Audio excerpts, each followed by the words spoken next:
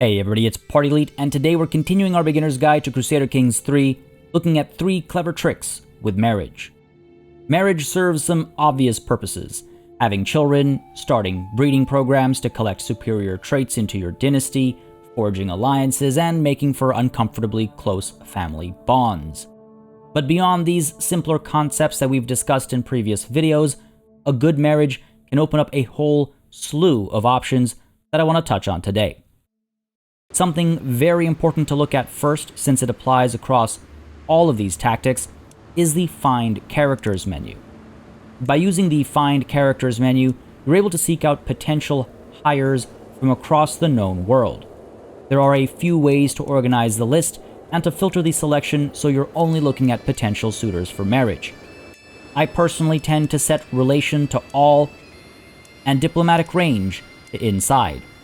This will only show you people you can actually interact with. Setting the religion to match your religion or faith is also a good idea, as most interfaith or interreligion marriages are very unlikely to happen unless you have a hook on your target. Now look for an eligible bachelor or bachelorette, though in some cases you might even look at married individuals and find a way to force a divorce upon them, typically by murdering their spouse, and then you swoop in as the rebound for them to marry. When picking a match, if children are not required, you should consider changing the filter on this screen to adjust for the fact that fertility isn't a must. That might open up some more options for you. Another thing to note is that often marriages are difficult to bring together. They are worth quite a lot in this era after all. You can see why a proposal might be declined by hovering over the indicator here. You'll notice that a common solution includes a better relationship with or a hook on the target. Keep in mind that the target will often not be the person who's actually getting married. Marriage is a discussion between two lieges, your candidate and yourself on one side, and your target and their liege on the other. If you need to grease some palms or improve relations, it is the liege you should do it with. So send them gifts, sway them, or get a hook on them by any of the means we've discussed in the past videos. Now, every so often, there won't be a liege on the other side, and you'll just be dealing with the candidate on the other side directly. In that case, you won't see a liege indicated, and you can gift, sway, or hook your target directly. Hooks are especially effective at getting a marriage you desperately want, and they will be downright necessary for some of the schemes we're about to discuss. Assembling a crack team. When starting off, and even at later points of your game, you might find yourself lacking access to characters with stats worthy of council positions or other roles. Your own court will be full of lackluster individuals or vassals who think they deserve a council position despite having nothing to offer. Now, the council is a very valuable aspect of your realm, and as tempting as it might be to simply assign whoever you have that's best for the job, this is a shortcut that will eventually cost you significantly. In many cases, quite literally. Thankfully, the seemingly useless individuals in your court who aren't good for any of these positions are good for at least one other thing: acquiring skilled individuals for your court through marriage. If using this method to obtain characters with good skills, make sure the married couple ends up at your court. So if you're using a woman from your court, it should be a matrilineal marriage. If you're using a man from your court, it should be a regular marriage. Now, when I say woman or man from your court, I am including people within the court tab, within the vassals tab, and within your own family as well. You can use this same method to obtain better warriors too. Just look at their prowess as opposed to their primary stats. And you can also consider certain favorable congenital traits for the role to have future access to bred super soldiers right at your own court. Giants, or people who are hale, robust, or Amazonian, or Herculean, will have a boost to their prowess as a result of their genetics, and that can help you for generations to come. In fact, outside of super soldiers and ideal council members, you can also use marriages to bring superior genetics into your court for the future. It's always easier to arrange marriages with people that are just within your court, and you can perpetuate these genetic traits for many generations and eventually you can even bring them into your own dynasty. A very important thing to keep in mind when arranging these marriages to get people to fill certain roles is that some cultures or faiths only allow a specific gender to take on certain roles. This is especially important for the last type of person you might want to bring into your court: people with claims. Just make sure you're actually able to push the claims of anybody you're bringing in through marriage for that purpose. I find it's a good idea to find suitors with claims not through the Find Characters window, but by selecting a title, clicking on its flag, and looking at the list of claimants. Here, you can either arrange a marriage or free up a marriage to be arranged later, but keep this in mind. Just because somebody has a claim doesn't mean their or your own faith and inheritance laws actually allows them to retain or act on them. So, pick the men and women of your team appropriately. Marry for schemes. Hostile schemes rely heavily on the ability to get together a team capable of pulling the job off.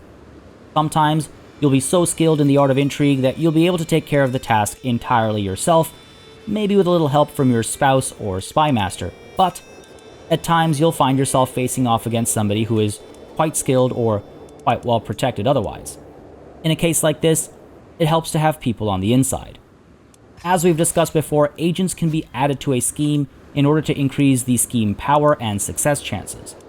People in your target's court can be convinced to join either through their existing love of you or hatred of the target, or through the use of bribes and hooks. All of these potential agents are people in your target's court. Their vassals, their courtier, their family, their council members, etc., etc. This makes this list susceptible for infiltration to varying degrees. You can build good relations with people in your own court and marry them into the target's court. You can fabricate hooks rather easily on people in your own court and then send them through marriages into the target's court. If you're the house head, having plenty of kids is a great idea since you automatically get a weak hook on everybody born into the house while you're the house head. Marry these family members into your target's courts. In all of these cases, you want to make sure the marriage is set in a way that has the couple ending up in your target's court, matrilineal or not, accordingly. You might even want to send a family member in who has a decent intrigue skill. If you're very lucky, and this is a risk, but if you're very lucky, they might end up as your future target's spy master, giving you a huge boost to your chances of success. Sometimes, your target's court will be all married up. Don't hesitate to use other schemes to free up some of those married individuals and then rearrange new marriages for them. It's often a lot easier to target these lesser court members and vassals' spouses for these kinds of schemes, since kings and emperors are inherently harder to target, so these wives and husbands from the lower level of the court become stepping stones over whose dead bodies you're able to infiltrate your true target's court to finally execute your murder or abduction of the top-level target. This can be used to accomplish many things, including instantly winning wars, as discussed in our first 5 dirty tricks video in the playlist linked below.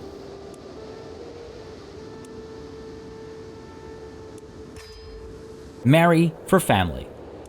Remember that first and foremost, Crusader Kings is a lot like a Fast and Furious movie. It's all about family. The glory of your dynasty, reflected in its renown and level of splendor, goes a long way in making your mark in history, not just as a single kingdom or empire, but as a bloodline that will be spoken of and sung of for generations to come. While you can play for individual glory too, marriage can be used to further the strength of your family through indirect means. If you're of a particularly prestigious family to start with, or of a particularly high rank, it's fairly easy to marry your sons and daughters off to high-ranking nobles in other realms, and even though they might need to be marriages whose kids won't be of your dynasty, you will still get temporary boosts to the rate of renown generation, as spouses of people in high places generate renown as well. To get the bigger benefits of having your own dynasty actually be in charge of another realm, there are a few ways to do so. One option is to marry into your family a claimant who has claims to a title that is of equal rank to you. While they will remain of their own dynasty, their children born of this marriage will be of your dynasty. Again, remember to set it as matrilineal if you're using one of the women from your family. On the appropriate parent's death, these claims turn into unpressed claims. And since the spouse of the original claimant is a family member of yours, it's likely you have a hook on them one way or another. A hook that can be used to expedite the process of inheritance of the claims.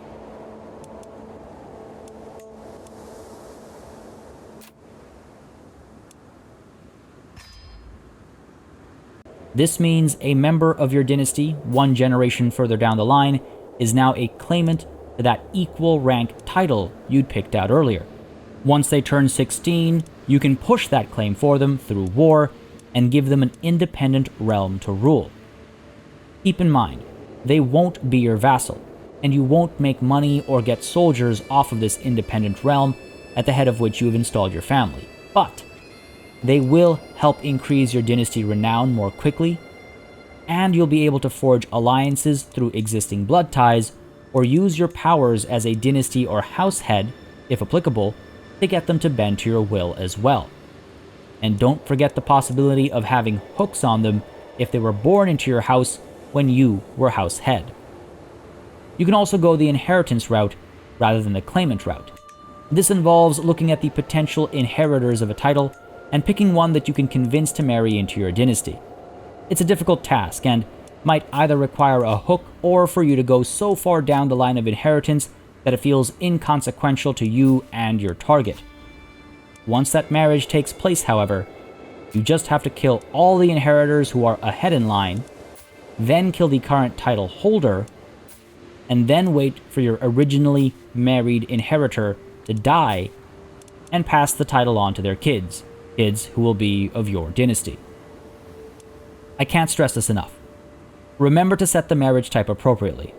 If you're marrying a daughter off and don't set the marriage type to matrilineal, the children will not be of your dynasty. Now, these can certainly be long-winded ways of acquiring territory that isn't even technically directly yours, but it gives your family more power and allows you to call on more powerful nations for assistance in war where you do intend to take control of territory. Do keep in mind, however, that having family members in high places only boosts renown for one family member per realm. You can't just have your brothers and sisters as dukes and counts serving under you. You need to have them in control of their own separate spheres of influence in different realms. Now again, these might seem somewhat convoluted and the end result might not have the map turn into your color, but as I said earlier, it's about family. If you have any questions, thoughts, opinions, or ideas of your own with regards to marriage, specific to Crusader Kings, not necessarily, a real-life marriage, feel free to share them down below. It can be very easy to get overwhelmed with all the options that marriages provide, so I really hope this video gives a bit of insight into some of the more clever options beyond forging alliances and chasing traits. Now, as always, if you'd like to keep up with more Crusader Kings and strategy gaming coverage in general, don't hesitate to subscribe, and feel free to join our Discord that's available in the link down below in the description as well.